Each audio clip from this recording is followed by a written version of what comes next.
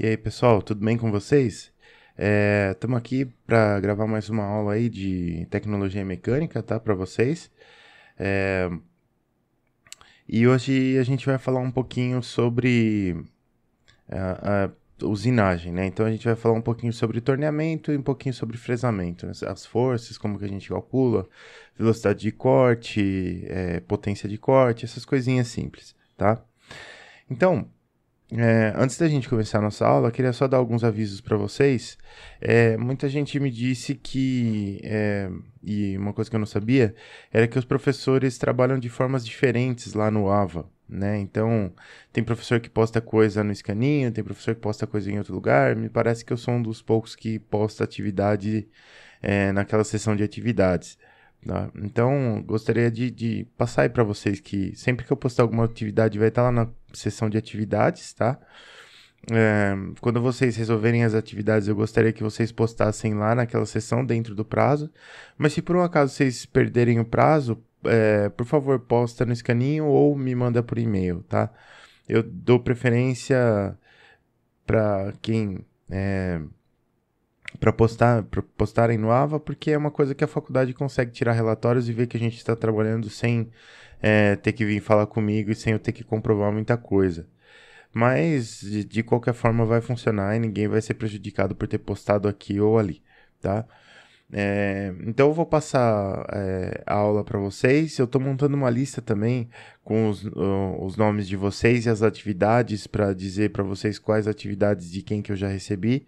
Essa lista também eu vou atualizar semanalmente ou a cada 15 dias, sei lá, sempre que eu for recebendo as coisas para a gente ficar já como que fala, para a gente ficar atualizado, né? E com relação às avaliações, tem um pessoal perguntando como que ficariam aí as avaliações, né? Lógico que a gente perdeu a primeira avaliação nas nossas duas disciplinas, né? Tanto tecnologia mecânica quanto mecânica dos materiais. E as atividades eu passei para vocês fazerem em casa, para vocês darem uma olhada, verem como que seria essa prova aí que eu tinha bolado para vocês, tá? Não corrigi ainda as atividades, né? Ainda tem gente me mandando, inclusive, tá? Mas o que eu tô pensando em fazer com relação à nota? Eu acredito que uma parte do... primeiro, a primeira prova tá cancelada, né? Segundo, uma parte do semestre, uma parte da nota do semestre vai ser transformada em nota de atividades durante o recesso, né? Nas nossas atividades remotas aqui para as aulas remotas. Então, eu tô pensando em fazer isso. Lógico que se alguém tiver alguma sugestão, tinha um cabelo no meu microfone. Se alguém tiver alguma sugestão, vai ser muito bem-vinda, né? Eu gosto de ouvir vocês, gosto de saber como que vocês se sentem, principalmente com relação à forma que vocês são avaliados, com relação à forma como a gente trabalha junto, como eu tô passando o conhecimento para vocês, como que tá, se tá legal, se não tá. Então, eu gostaria de saber aí de vocês, tá? Se alguém tiver disposto a dar um feedback aí, se essa é uma boa alternativa, se a gente pode manter, tá? Bom, é isso. Vamos para a aula. A aula de hoje tende a ser rápida, porque eu consegui montar com uma quantidade concisa de slides. Vamos ver se eu consigo explicar tão concisamente quanto. E aí, eu não preparei a atividade ainda para vocês. Provavelmente mais próximo da segunda-feira eu vou estar postando essa atividade lá no AVA e aí vocês vão ter até o final do domingo para resolver. Então, como da outra vez deu confusão, porque eu mesmo me confundi com aqueles horários todos lá do sistema, eu vou deixar o prazo até segunda-feira. Né, a outra segunda, que aí vocês conseguem fazer no domingo, postar no domingo, se der problema, tem umas horinhas na segunda ainda para postar. Tá bom? Vamos pra aula lá, pessoal. Então, eu vou ter que mudar a tela aqui. Agora eu vou aqui pro cantinho e vamos começar a nossa apresentação. Aqui. Então, olha só, pessoal. Hoje a gente vai trabalhar um pouquinho com o básico de usinagem, tá? Então, ó, uma breve introdução aqui para vocês. Os processos de usinagem, eles possuem algumas vantagens sobre os outros processos de fabricação. Então, os outros processos seriam fundição, laminação, sei lá, todos os outros processos de fabricação que não usinagem, né? E, por exemplo, se eu estou fundindo uma peça, a gente já sabe que se eu estou trabalhando ou injetando, sei lá, a gente já sabe que a qualidade de acabamento não é tão boa quanto a que a gente consegue com uma usinagem, né? E a outra grande vantagem é que a gente consegue uma grande flexibilidade de formas. Então, se eu estiver trabalhando com fundição, dificilmente eu vou conseguir fazer uma rosca, tá?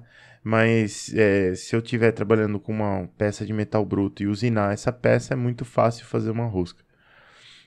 E é um processo produtivo que é barato e é escalável, ainda mais com os CNCs agora que a gente consegue fazer um programa e produzir 1 milhão de peças iguais, né? Então nessa aula a gente vai dar uma olhada básica em 2 processos. O processo de torneamento, que a gente vai ver um pouquinho mais a fundo, e o de fresamento, que eu não vou entrar tanto no detalhe porque a teoria é parecida com a do torneamento, a gente vai aproveitar algumas coisas, tá? Então, para a gente começar aqui, ó, vamos imaginar que aqui, onde está o meu mouse aqui, ó, o que acontece? Aqui em cinza claro, a gente tem o metal que a gente está usinando, né? Seria uma peça bruta que a gente está usinando. E eu vou entrar com a ferramenta, que é esse losango amarelo. A ferramenta ela é bem parecida com um losango mesmo, tá? Depois eu vou mostrar uma foto para vocês, vocês vão ver que ela é bem parecida com um losango, principalmente a ferramenta de torneamento. Tá? Então ela vai entrar, esse losanguinho vai andar para cá, ó. A direção do movimento da ferramenta está da nossa direita para a nossa esquerda aqui. E essa ferramenta ela vai começar a remover material. Então para trás dela vai ficar a superfície já usinada.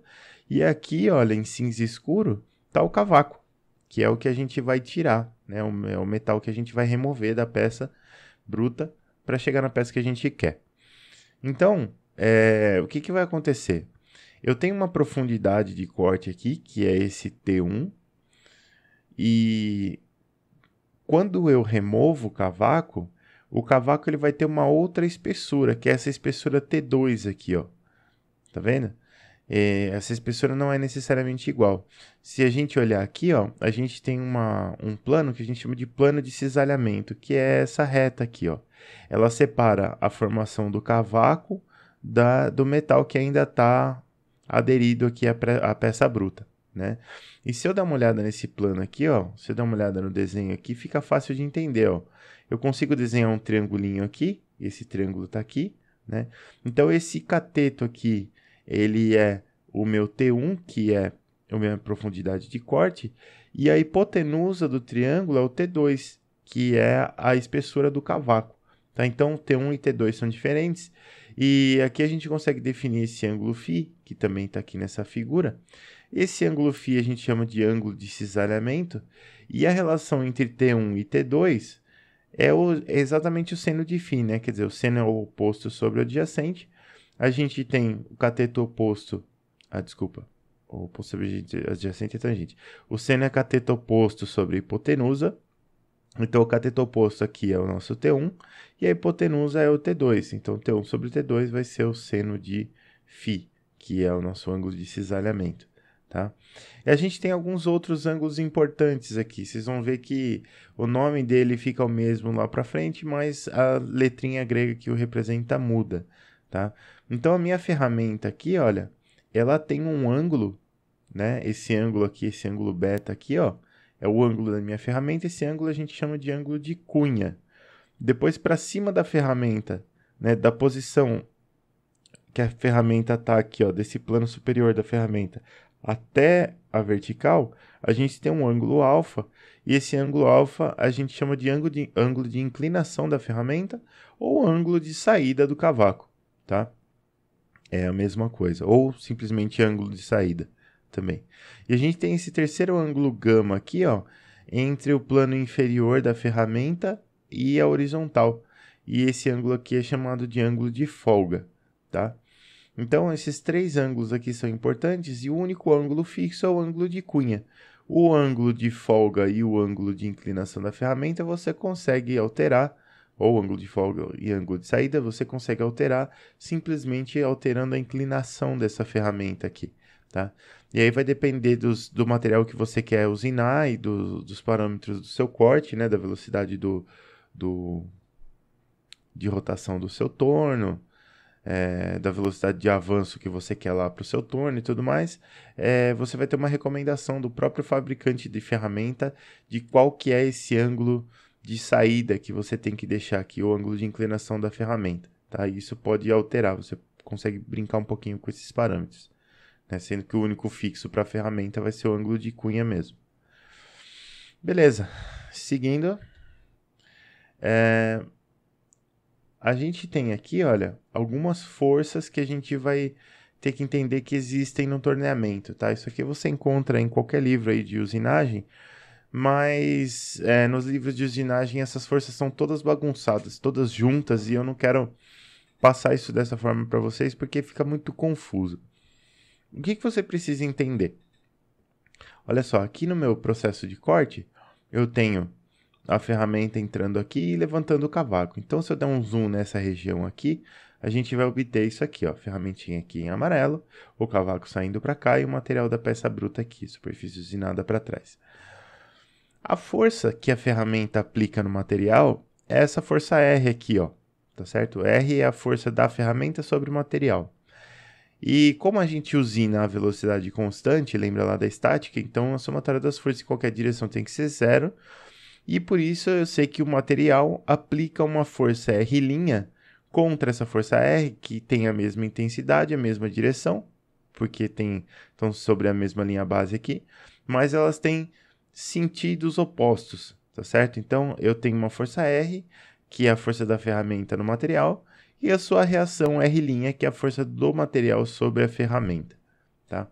O que vai acontecer daqui para frente? A gente vai analisar as componentes ou da força R ou da força R', projetadas sobre algumas direções aqui. Então, eu posso projetar essas forças sobre essa direção aqui do plano da ferramenta e a direção ortogonal ao plano da ferramenta, é um jeito de fazer. Ou eu posso pegar a componente horizontal e a componente vertical dessa força R, que eu também posso fazer. Ou eu posso projetar essa força R, ou fica mais fácil de entender se a gente projetar a reação R' sobre esta linha aqui, que é o plano de cisalhamento. Então, eu vou ter uma componente perpendicular e uma... a perpendicular está aqui, e uma sobre a linha do plano de cisalhamento. Tá? Então, o que a gente vai analisar? A gente vai analisar a mesma força, só as componentes dessa força que vão estar projetadas em direções diferentes. Tá? Então, é isso que confunde, sempre confunde muito o pessoal, e aqui eu quis colocar de uma forma mais simplificada. Então, olha só, fazendo a primeira projeção aqui, ó, você repara que eu tenho exatamente a mesma força R, e essa força R agora, eu vou calcular as componentes dela sobre essa reta aqui que está no plano do ângulo de saída da minha ferramenta e a componente ortogonal a ela, né? Então, são as duas componentes aqui do vetor R, a gente decompôs ele, e então uma componente está aqui sobre essa linha e a outra é ortogonal. Beleza. O que são essas duas forças aqui, ó? Eu tenho uma força FF, que está aqui, que é a força de atrito que essa superfície faz sobre o cavaco. Então, o cavaco está subindo, né? E a ferramenta está aplicando uma força de atrito no cavaco para baixo, tá certo? Lembra, são os componentes da força R que a ferramenta faz sobre o material. Então, a gente está sempre agindo sobre o material, nas duas componentes aqui, ó. E para ter essa força de atrito, eu preciso ter um coeficiente de atrito nessa direção aqui, e eu preciso ter uma força normal. Bom, a força normal é essa outra componente aqui ortogonal a essa superfície. Lembra? A força normal é sempre ortogonal à superfície. Então, a gente consegue entender essa força R que a ferramenta faz aqui como uma força normal e uma força de atrito. Isso é uma maneira de ver a força F, tá? Tem outra maneira de ver a força F, que é essa daqui, ó. Vamos esperar o computador mudar o slide. Aí. Em vez de usar aquelas componentes paralela e ortogonal a ao plano aqui do ângulo de saída da ferramenta, agora eu vou pegar a mesma força R, é exatamente a mesma força R, e eu vou calcular as componentes vertical e horizontal dessa força, em vez de calcular aquelas duas inclinadinhas, tá? Então, o que vai acontecer aqui, ó? Se eu calcular essa componente horizontal, eu vou obter uma força FC, né? E essa força FC é a força de corte que eu faço para cortar o meu material, né? Porque o que acontece? A ferramenta, ela só está se deslocando horizontalmente, tá certo? Então, se a ferramenta se desloca horizontalmente, eu tenho uma força no sentido horizontal também, essa força aqui, ela realiza trabalho, porque eu tenho força e eu tenho deslocamento na mesma direção. A força vertical aqui, essa força FL, ela é uma força que está presente no corte, lá por causa do atrito e tudo mais. Então, ela é uma força vertical que vai aparecer aqui da ferramenta sobre o material. Mesmo porque imagina que você tem que empurrar um pouquinho a ferramenta sobre o material para fazer o corte. Se eu simplesmente passasse a ferramenta sobre o material sem fazer essa forcinha para baixo, eu não conseguiria levantar o cavaco, né? Então, eu preciso ter essa força vertical aqui. E essa força vertical aqui, ela, na verdade, ela é uma... As duas forças, elas são compostas lá por atrito e normal, que a gente viu no slide anterior. Só que essa força vertical aqui, qual que é a diferença? A ferramenta, ela não anda para baixo, ela não se desloca na vertical, ela só se desloca na horizontal. E eu tenho uma força na vertical aqui, mas eu não tenho deslocamento na vertical. Então, se eu tenho força na vertical, mas não tenho deslocamento na vertical, o trabalho na vertical é zero, tá certo? E o trabalho só é realizado na horizontal. Então, dessas duas componentes FL e FC, a única força que realiza trabalho aqui, por isso a gente chama ela de força de corte, é a força FC. A força FL ela é necessária, porque senão não conseguiria ter a força FC, mas ela sozinha não gera nenhum trabalho, tá? E aí a gente consegue olhar de novo para as mesmas forças, só que sob uma outra, com seus componentes decompostas sob uma outra direção, que vai ser a direção agora desse plano aqui, que é o nosso plano de cisalhamento. Então, se eu fizer isso, olha só, eu vou ter, e aqui é mais fácil olhar para força de reação aqui, porque aí a gente tem uma componente diretamente sobre o plano de cisalhamento aqui. E essa reaçãozinha roxa aqui, ó, ela tem uma componente na direção do cisalhamento e uma componente na direção perpendicular ao plano de cisalhamento aqui, ó, tá certo? Então, o que vai acontecer? Basicamente, essas forças aqui, elas vão se compor e elas vão gerar essa força R aqui, que vai ser a força de reação à força R do corte, né? R' é a força de reação à força R do corte. E essas forças aqui, elas estão relacionadas à conformação do material, né? Então, eu tenho uma força aqui que vai... Essa força Fn, que é uma força que está expelindo o meu cavaco aqui para fora. E a força Fs, ela está relacionada à conformação do cavaco. Lembra que eu tinha uma espessura T1 aqui, e quando eu removo o cavaco, a espessura do cavaco é outra, maior do que T1, tá? Que a gente chamou de T2. Então, quem está relacionado a essa deformação do material aqui é essa força Fs. E a força Fn, essa componente Fn, ela está levando aqui o cavaco para fora do meu volume de controle aqui do cisalhamento, da usinagem, tá? Então, basicamente, essa é a visão das forças que você tem, não só de torneamento, mas de um processo de usinagem em geral, de remoção de material, tá? Quando eu estou falando de torneamento, é um pouco mais fácil de entender. E aí, olha só,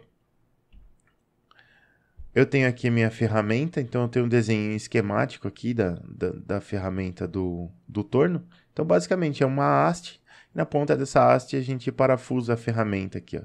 E aí, essa daqui é a peça. Essa peça está girando aqui no sentido horário, se a gente olhar ela de frente aqui. E a ferramenta fica parada aqui. Então, conforme a peça gira, ela vai fazendo essa remoção desse cavaco aqui, ó. E tem uma grandeza muito importante que a gente tem que calcular, tanto no torneamento quanto no fresamento, que é a velocidade de corte. Mas se você entender a velocidade de corte no torneamento, você vai ver que é a mesma coisa para o fresamento. E aí no torneamento, aqui a minha peça está girando e eu vou calcular a velocidade da periferia de um ponto aqui na periferia dessa peça, que é a velocidade que o ponto vai atingir a ferramenta aqui, ó. E essa velocidade ela é dada por π, que multiplica diâmetro, que multiplica n, que é a rotação da peça, dividido por 1000. Então, π é a constante π lá, que a gente já conhece, d é o diâmetro da peça, que está girando aqui, n é a velocidade de rotação da peça em RPM. Essas fórmulas são importantes porque elas têm uns fatores de conversão no meio. Então, por causa desses fatores de conversão, a gente já tem que jogar as coisas tudo na unidade certinha. Tá? E V é a velocidade de corte. Então, se eu der o diâmetro em metros e a velocidade de rotação da peça em RPM, a gente vai ter uma velocidade de corte em metros por minuto. Tá certo? Que é uma unidade muito específica dessa área. Não conheço mais nada que se calcule a velocidade em metros por minuto. Tá? Bom, aí, dada a velocidade de corte, agora a gente tem como calcular a força de corte. Tá certo? A força de corte, lembra lá no nosso esqueminha, é essa força na horizontal aqui, ó, é a força que gera trabalho. Tá? E a gente consegue calcular essa força como? Tá aqui a formulinha, ó. A força de corte, ela vai ser um Ks que multiplica S, sendo S igual a T1 vezes W. O que é essa coisa toda aqui? Ó? Vamos começar pelo S. O S, ele é a largura do cavaco, a área da seção transversal do cavaco, tá certo? Mas é a área da seção transversal do cavaco antes do corte. Então, imagine um quadradinho pelo qual a ferramenta vai passar, e aqui eu tenho o T1, o T1 vai ser a altura desse quadradinho, e o W que vai ser a largura desse quadradinho. Normalmente, para os processos de usinagem, essa largura do quadradinho é a mesma largura da ferramenta, tá? Mas se você estiver fazendo um processo de esbaste, estiver bem no comecinho, pode ser que a sua ferramenta não está pegando inteira lá. Mas a gente calcula com a largura da ferramenta, porque as ferramentas de torno também não são tão largas, tá? Então tá aqui, ó. Então eu tenho esse S aqui, que agora a gente já sabe que é só uma área, que é a área da seção transversal do cavaco anterior ao corte. E aí, olha, eu tenho esse KS que multiplica essa área. Esse KS a gente chama de pressão específica de corte, tá? E tem uma fórmula para calcular esse KS, não é assim, tem que calcular do além. Tem uma formulinha para calcular ele, e essa formulinha é K que multiplica S elevado a alfa. S é a mesma área lá que a gente já conhece, e agora a gente precisa saber os parâmetros K e alfa. E esses dois parâmetros são tabelados. Tá? O K ele é uma constante empírica que depende das condições do corte. Então, o K ele vai depender da sua velocidade de corte, ele vai depender do diâmetro da peça, ele vai depender do avanço lá da sua ferramenta, ele vai depender das condições de corte, basicamente. E o alfa, ele é uma outra constante empírica, faltou S aqui na constante, que o professor é meu analfabeto, que depende do material usinado, tá certo? Então, essa constante alfa aqui, ela não depende das condições de corte. Essa constante alfa, ela depende se você está usinando alumínio, se você está usinando um aço ferramenta, um aço carbono, sei lá o que é que você está usinando. Aí sim, esse alfa muda. E esse alfa não é aquele ângulo lá do começo. Isso aqui é uma outra constante que acontece de ter o mesmo nome alfa aqui, tá? Beleza. Vamos seguindo. Aqui. Então, olha só. Geometria da fresa. Agora a gente saiu do torneamento e a gente vai um pouquinho para a fresa. O que você precisa entender? A fresa, se você olhar uma fresa de frente, assim, se você olhar, por exemplo, vamos imaginar que essa borracha aqui é uma fresa, a gente vai olhar ela de cara aqui, ó, tá certo? Não assim, a gente vai olhar ela de assim. Você vai ver um monte de dentinhos aqui em volta, que são esses dentes que estão desenhados aqui, olha, tá vendo? E o que você tem que imaginar, basicamente? Você tem que imaginar que cada um desses dentinhos aqui, ó, é uma ferramentinha daquela igual do torno.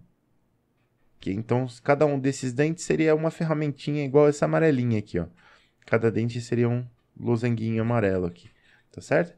Então, aí aqui eu tenho os mesmos ângulos. Eu tenho ângulo de saída, ângulo de cunha e ângulo de folga.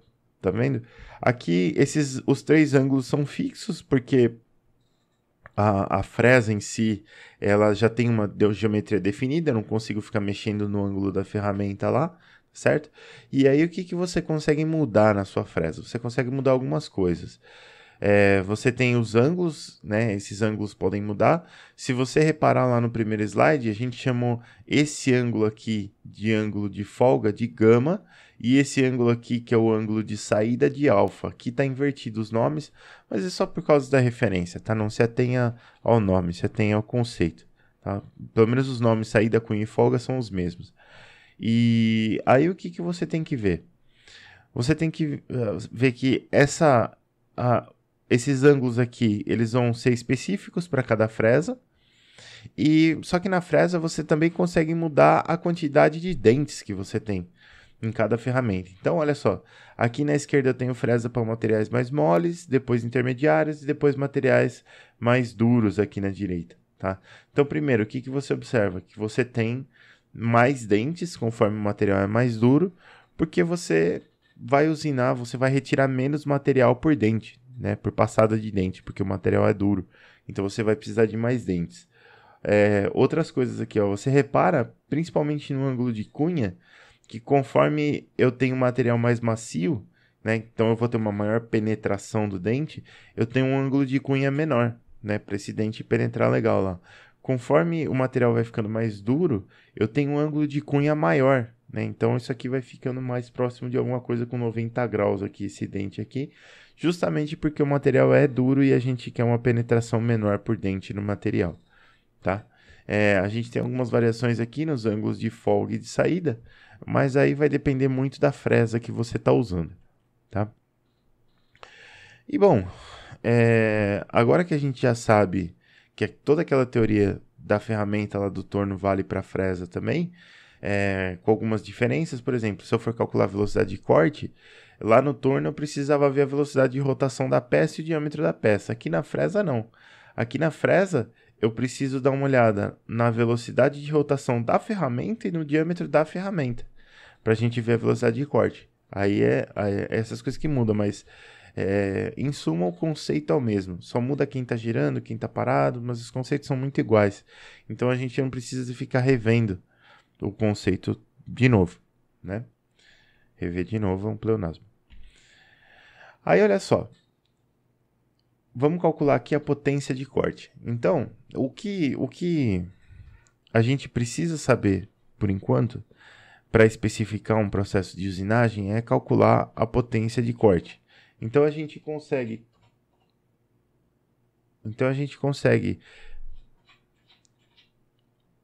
só um momento.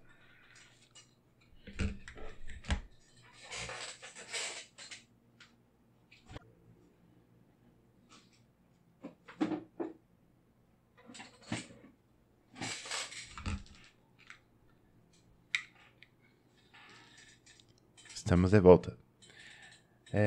E o que a gente precisa calcular para especificar um processo de usinagem aqui é a potência de corte, tá? Para a gente saber se a nossa máquina vai conseguir fazer o torneamento ou o fresamento da nossa peça com as ferramentas que a gente tem, com o material que a gente tem e tudo mais. Eu preciso ver se vai funcionar.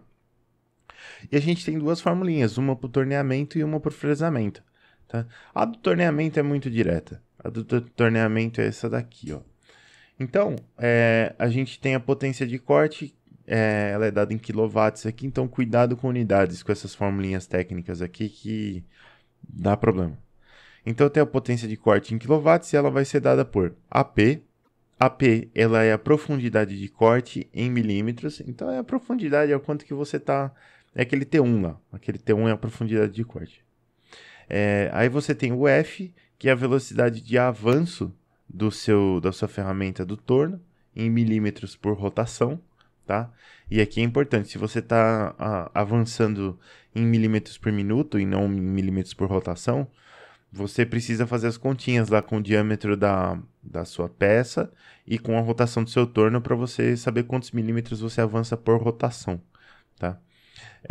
Velocidade de corte, VC, que a gente já viu como é que calcula, simplesinha. KC, coeficiente de força específica de corte em megapascal, que eu já vou mostrar para vocês, mas basicamente esse KC é tabelado. E o eta, que é esse N estranho aqui, que é a eficiência da máquina entre 0 e 1. Tá? E aí você consegue calcular a sua potência para torneamento. Isso aqui é um modelo simples, tá? Lógico que essas coisas vão mudar, por exemplo, se você adicionar um fluido refrigerante, alguma coisa assim, que não está especificado aí, tá? Mas aí para você fazer esse tipo de especificação, aí é diferente. Aí você precisa seguir uma outra referência e tudo mais, tá? Mas esse é um modelo, é um bom modelo de cálculo. E aí para o fresamento, que é essa segunda formulinha aqui, a gente também tem uma potência de corte em quilowatts. E aí a gente vai ter que pegar a profundidade de corte em milímetros. A profundidade de corte é o quanto que a fresa vai penetrar no material para fazer o fresamento. A gente tem o AE, que é a largura de corte, né? Então a largura de corte é o quanto que a sua fresa vai entrar lateralmente antes de seguir para fazer um faceamento da sua peça, tá? Pode ser a largura inteira da ferramenta, se você estiver fresando, por exemplo, um canal ou alguma coisa assim, ou pode ser parte da largura da ferramenta, porque você pode estar fresando um contorno, por exemplo, e aí apenas parte da sua fresa vai pegar ali no material a ser usinado, não toda a sua fresa. Então, essa largura de corte aqui para a fresa é importante. Aí você tem VF, que é a velocidade de avanço da fresa em milímetros por minuto. O KC, que é o mesmo coeficiente lá de força específica de corte em megapascal. E o ETA, que também é a eficiência da máquina, tá? A formulinha para fresamento, ela não é tão direta quanto a formulinha para o torneamento. Então eu vou fazer um exercício aqui com vocês. E esse exercício é o seguinte, ó. Tá aqui. Qual é a potência de corte necessária para fresar um aço ferramenta com velocidade de corte de 80 metros por minuto, profundidade de corte de 2 mm, largura de corte de 80 mm, avanço da mesa de 280 mm por minuto, com uma fresa de diâmetro 250 mm e 12 insertos. Esses 12 insertos são 12 canais que você tem lá entre os dentes, então se você tem 12 canais, você tem 12 dentes. Tá? Eficiência da máquina de 80%. Então a formulinha é essa daqui, que a gente já viu lá no slide anterior. A velocidade de avanço aqui na mesa é 280 mm por minuto, que é o VF. O AP, que é a profundidade de corte, é 2 mm, que está aqui. O AE, que é a largura de corte, é 80 mm, que está aqui.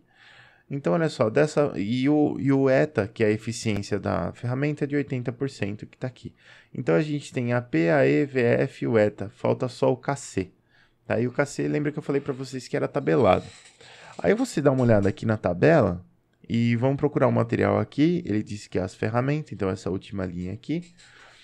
E aí ele dá algumas coisas. Ele dá resistência à tração e dureza, que é o módulo de Young lá desse aço, que são 670 megapascal, até aqui beleza.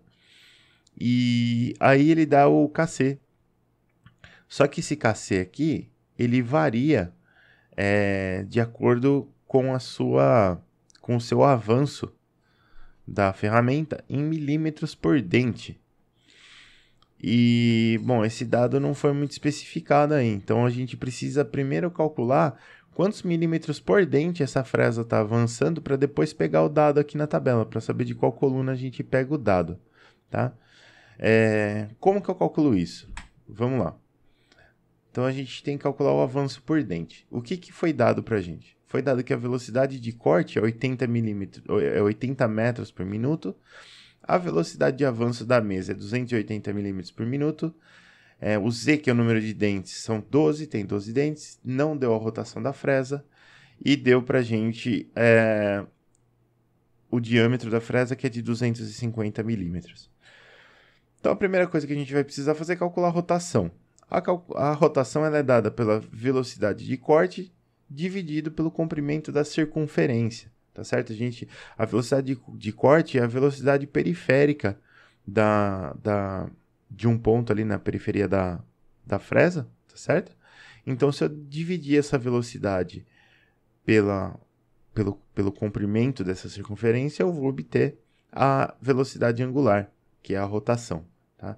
Então, a gente tem uma velocidade de corte aqui de 80 metros por minuto e, bom, o diâmetro da nossa fresa é 250 milímetros, π é conhecido, então a circunferência da nossa fresa é conhecida e a circunferência ela é dada em metros, ou você pode dizer que você tem π vezes d metros por revolução, quer dizer, uma volta, né, em uma volta ali, em uma voltinha da sua fresa, você vai andar π vezes d metros. Então, se você fizer essa continha aqui, transformar o d para metros e dividir essa velocidade de corte de 80 metros por minuto por π vezes d, você vai obter a velocidade já em RPM. E a velocidade de rotação dessa fresa aqui é de 101,86 RPM. Beleza. E olha só, eu consigo multiplicar essa velocidade de rotações por minuto pelo número de dentes. Então, se eu multiplicar a rotação da fresa em RPM pelo número de dentes, eu vou saber quantos dentes passam por minuto em um ponto da minha fresa. E olha só, multiplicando isso aqui pelo número de dentes, que é 12, a gente vai descobrir que passam 1.222,31 dentes por minuto em um pontinho da periferia da minha fresa. Bom, a gente sabe que a velocidade de avanço da mesa é de 280 milímetros por minuto. Agora é só fazer a continha, né? A gente tem 280 milímetros por minuto e 280 milímetros correspondem a 1.222,31 dentes. Então, se a gente dividir esses 280 por 1.222,31, a gente vai descobrir que esse avanço, que é o VF dividido por NC aqui, vai ser de 0,229 milímetros por dente, bem próximo de 0,2 milímetros por dente. Então, a gente vai pegar aqui na tabelinha 0,2 milímetros por dente e vamos pegar o valor.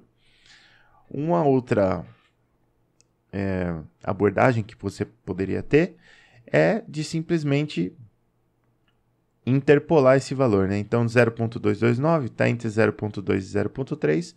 Eu consigo fazer uma interpolação aqui para obter um valor aqui entre 0,2 e 0,3 que vai satisfazer esse 0,229 aqui. Mas a gente usou arredondamento simples aqui, tá? Então, com arredondamento simples, aqui é mais ou menos 0,2. E aí a gente descobre que o nosso KC é de 1.800. Então, voltando lá para o problema, a gente tem a fórmula e agora a gente tem todos os parâmetros, né? O nosso VF é de 280 milímetros por minuto. A penetração aqui, na profundidade de corte da fresa é de 2 milímetros, a largura de corte 80 milímetros, a eficiência da máquina de 0,8 ou 80%, e o nosso KC lá da tabela é 1.800.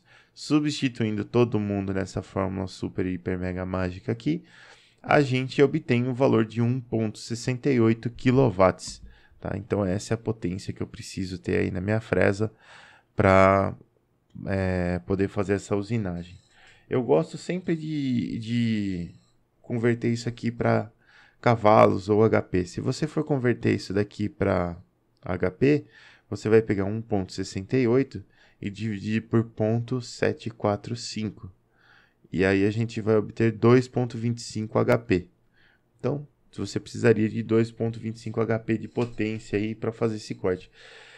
Isso é muito legal, porque como a gente conhece potência em HP, né, por causa dos carros que a gente anda, motor elétrico, que tem potência HP e tudo mais, a gente consegue ter uma noção se 1,68 kW é pouco ou é muito. Então, aqui tá adequado. Tá bom? Então, isso era a aulinha que eu tinha para apresentar para vocês. Estamos aqui chegando quase nos 40 minutos de aula já. Lógico que vai ter um pouquinho menos, porque eu vou dar uma editadinha aí. Mas basicamente espero que vocês tenham gostado da aula. Fiquem atentos aí no AVA, que em breve vai ter atividade sobre essa aula. Tá? Não uma atividade extremamente extensa, mas a gente vai ter atividades aí para fazer. E, como sempre, pessoal, fiquem seguros, fiquem limpinhos, façam o seu isolamento direitinho aí.